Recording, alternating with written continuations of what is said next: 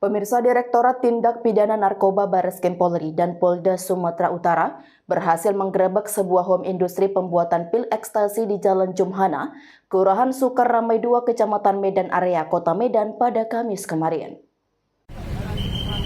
Direktorat Tindak Pidana Narkoba Bareskrim Polri dan Polda Sumatera Utara berhasil menggerebek sebuah home industri pembuatan pil ekstasi di Jalan Jumhana, Kelurahan Sukar Ramai 2, Kecamatan Medan Area, Kota Medan pada Kamis kemarin. Penggerebekan ini dilakukan sebagai bagian dari upaya intensif untuk memberantas peredaran narkotika di wilayah tersebut. Dalam operasi ini, polisi mengamankan pasangan suami istri HK dan DK yang diduga menjadi otak dari bisnis ilegal ini. Selain pasutri tersebut, 3 tersangka lainnya yang terlibat dalam produksi dan pemasaran narkotika turut diamankan.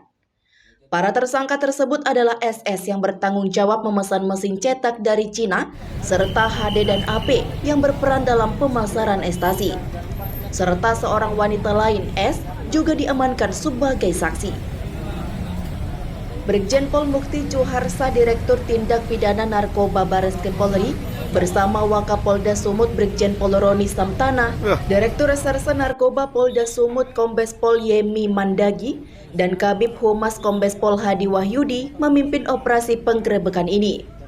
Mereka menyebutkan bahwa ada 2 tersangka lainnya, R dan B, yang masih masuk dalam daftar pencarian orang.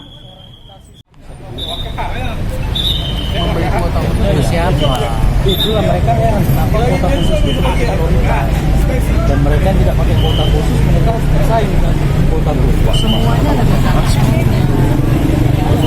Seorang tasis pertama dan bintara itu dari mana mereka bisa mendapat kuota khusus? Kan semua ada mekanisme. Mekanisme terkait dengan pendaftaran juga ada. Ada pendaftaran yang melalui reguler, kemudian prestasi, ada bakong, semua, termasuk disabilitas. Kalau semua ada yang menerima disabilitas. Ada 1 orang disabilitas yang mendaftar. Keberhasilan penggerebekan ini bermula dari penangkapan sebelumnya di Pematang Siantar pada akhir Mei lalu. Dari hasil penyelidikan tersebut, polisi kemudian melakukan penggerebekan di kediaman Pasutri di Medan pada awal Juni. Rumah berlantai 4 tersebut memiliki laboratorium di lantai 3 yang digunakan untuk memproduksi pil ekstasi. Selain itu, pihak Bea Cukai Pusat juga berhasil mendeteksi adanya pengiriman bahan kimia untuk membuat ekstasi dari Cina ke Medan, yang kemudian dikoordinasikan dengan Mabes Polri dan Polda Sumut. Home industri ini telah beroperasi selama 6 bulan dengan modus menyamar sebagai rumah biasa. Wakapolda Sumut Brigjen Pol Roni Samtana mengungkapkan bahwa para tersangka belajar cara membuat ekstasi secara otodidak melalui internet. Mereka memperoleh bahan baku melalui marketplace online dan menargetkan peredaran ekstasi dengan merek Ferrari di seluruh tempat hiburan di Sumatera Utara. Narkoba ekstasi, bahan kimia sebanyak 8,98 kg, bahan kimia cair sebanyak 208,5 liter, ekstasi sebanyak 630 butir. Ya. Mefedron merupakan serbuk seberat 532,92 gram. Ya, jadi pembuatan ekstasi sudah berubah dari MDMA kepada mefedron. Sebagaimana kita ungkap dulu waktu di Sunter. Ya, habis di Sunter, pabriknya di Bali itu sudah tidak pakai yang namanya MDMA. Mereka pakai mefedron. Ya. Tadi saya interogasi tersangka, katanya tidak ada efek belakangnya kalau pakai mefedron.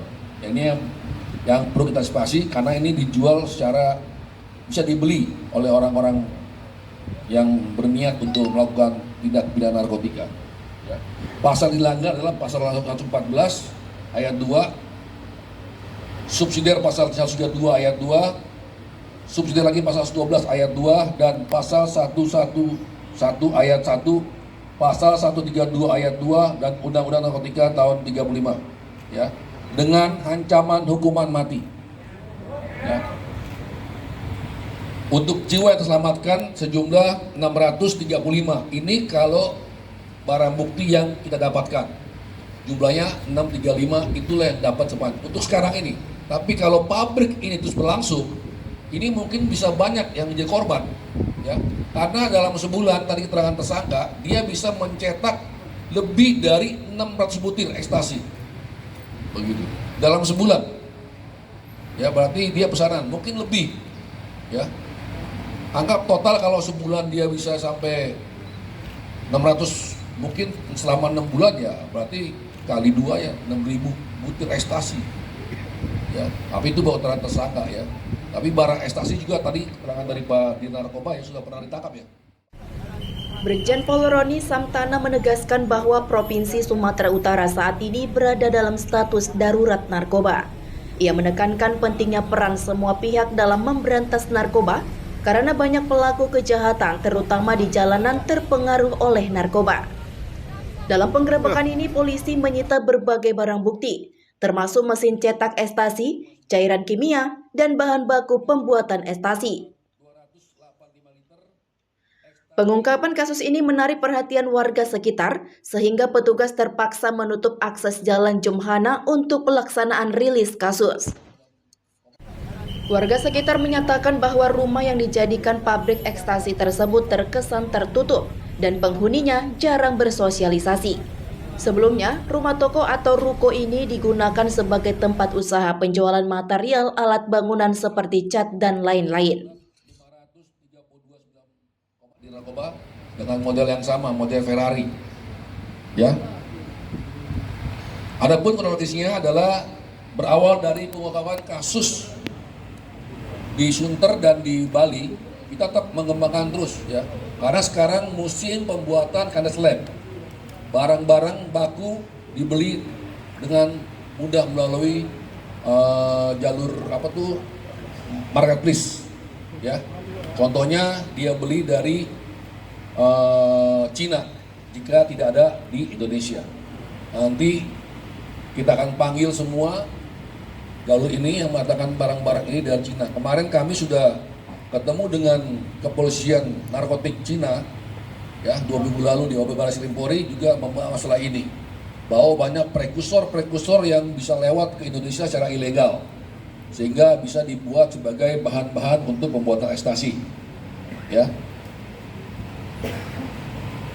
Adapun tersangka yang diamankan adalah HK DK. HK adalah sebagai pembuat atau pemilik lab. DK adalah perempuan yang membantu lab, membuat buatan lab atau istrinya. SS adalah pemesan alat cetak dan pemasaran. S perempuan saksi untuk pembelian. HP adalah kulir, HD adalah masalah pemesan ekstasi. Ya. DPO atas nama R dan B. Ya, DPO masih 2 lagi kita cari, masih R dan B. Ya. Waktu TKP ya Selasa 11 Juni 2024 Siantar pukul 14.00 di Jalan Kapten Juhana nomor 103C Sukarame 2 Medan area Sumatera Utara. Ya, barang bukti tadi satu di atas tadi, barang bukti sebagai ekstasi 630 butir. Hari Selasa di Mal Mahatan Kemskor Gatot Subroto nomor 127 271.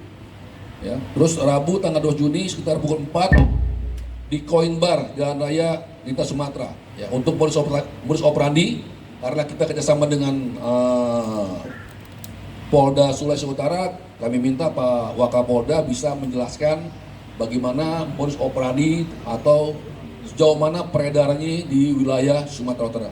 Silakan Pak Wakapolda. Baik, bismillahirrahmanirrahim. Assalamualaikum warahmatullahi wabarakatuh.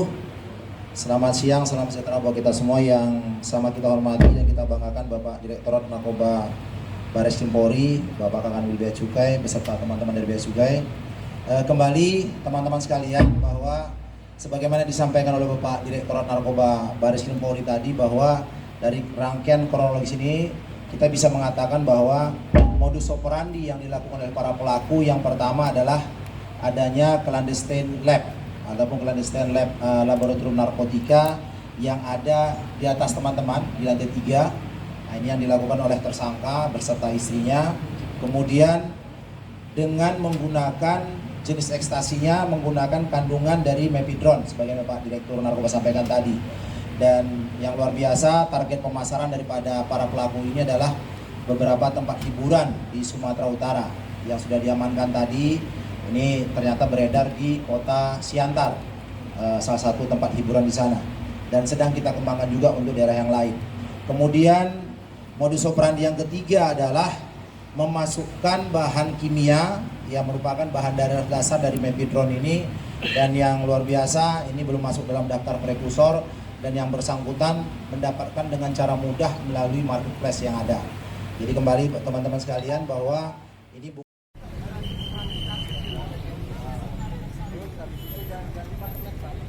Dari Kota Medan, Sumatera Utara, Rajali BITV melaporkan.